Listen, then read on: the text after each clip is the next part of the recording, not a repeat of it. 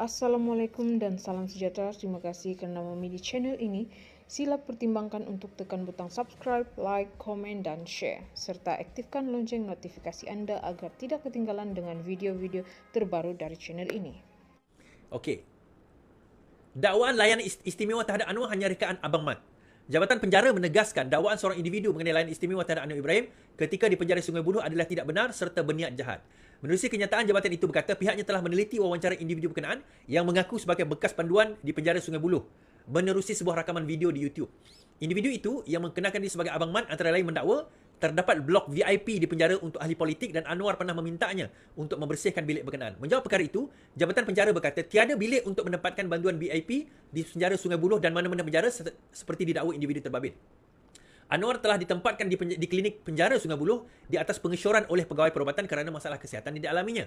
Hampir keseluruhan banduan yang ditempatkan di klinik penjara berkenaan adalah banduan warga negara Malaysia dan bukan hanya banduan warga negara asing, jelasnya. Dakwaan Anwar jogging tanpa baju tak benar juga. Jabatan itu turut menjelaskan tiada sebarang tirai dipasang untuk melindungi bilik dasar bagi membolehkan kawalan dan pemerhatian dilakukan pegawai penjara. Malah katanya terdapat juga kamera litar CCTV yang dipasang kawasan tersebut sebagai bantuan kawalan. Selain itu, jabatan itu berkata dakwaan Abang Mat bahawa aktiviti senaman dilakukan pada sebelah pagi adalah tidak benar. Sebaliknya, aktiviti itu hanya dilaksanakan pada sebelah petang. Percakapan Abang Mat menyatakan Anwar berjoging hanya memakai seluar pendek dan tidak memakai baju juga tidak tepat sama sekali ujarnya. Menurut jabatan itu, bagi sesi lawatan, Anwar diberi layanan sama seperti bandar lain, iaitu mengikut sistem peringkat dan bukannya pada setiap hari. Perjumpaan pula dilaksanakan di tempat lawatan dan bukannya di klinik penjara, katanya. Tambahan jabatan itu, kemudahan itu turut diberikan kepada banduan lain dalam urusan berkaitan seperti kematian, perniagaan, pelajaran dan lain-lain urusan. Bilik penempatan banduan di klinik penjara termasuklah bilik Anwar tidak boleh diakses oleh mana-mana banduan lain. Seterusnya, bilik tersebut turut dikawal oleh pegawai penjara yang dihaskan untuk kawalan Anwar saja dan SOP disediakan tidak boleh membolehkan banduan lain berada di situ. Bilik Anwar hanya menghadap dinding laluan petugas dan hanya boleh dilihat dari pandangan hadapan. Maka dakwaan Abang Mat dapat melihat Anwar dalam jarak 50 meter adalah mustahil dan satu rekaan cerita semata-mata. Anwar tak pernah melanggar tata tertib. Jabatan penjara berkata Anwar tidak pernah melanggar tata tertib dan sentiasa mematuhi peraturan penjara.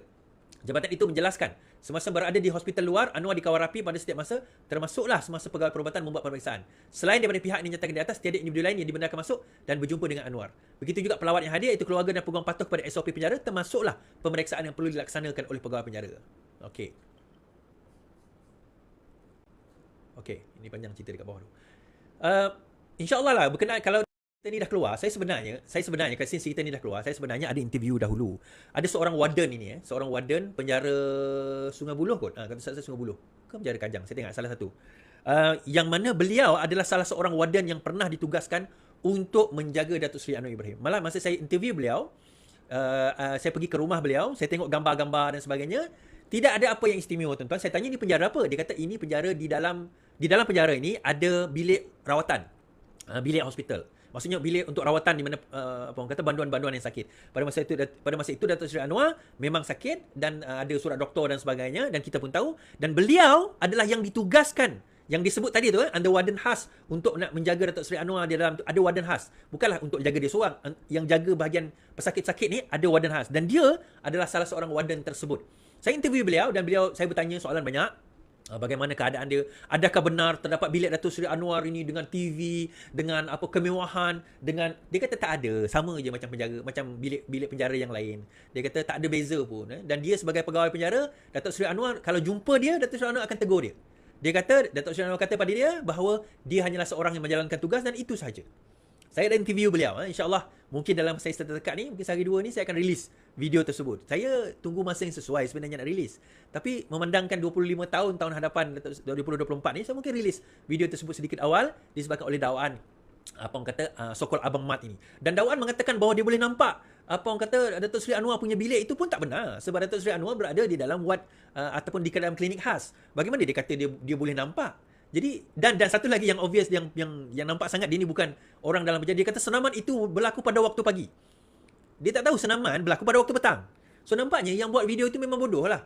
Dia memang seorang yang tak pernah masuk penjara Sungai Buloh pun. Mungkin dia teringin kot. Kalau dia teringin tak apa. Lepas ni rasalah kau masuk dalam penjara Sungai Buloh Mamat Kalau nak lah, ini bukan mamat sabu Ni kalau nak merasa lah. Alright, kalau betul-betul nak merasa. Baik.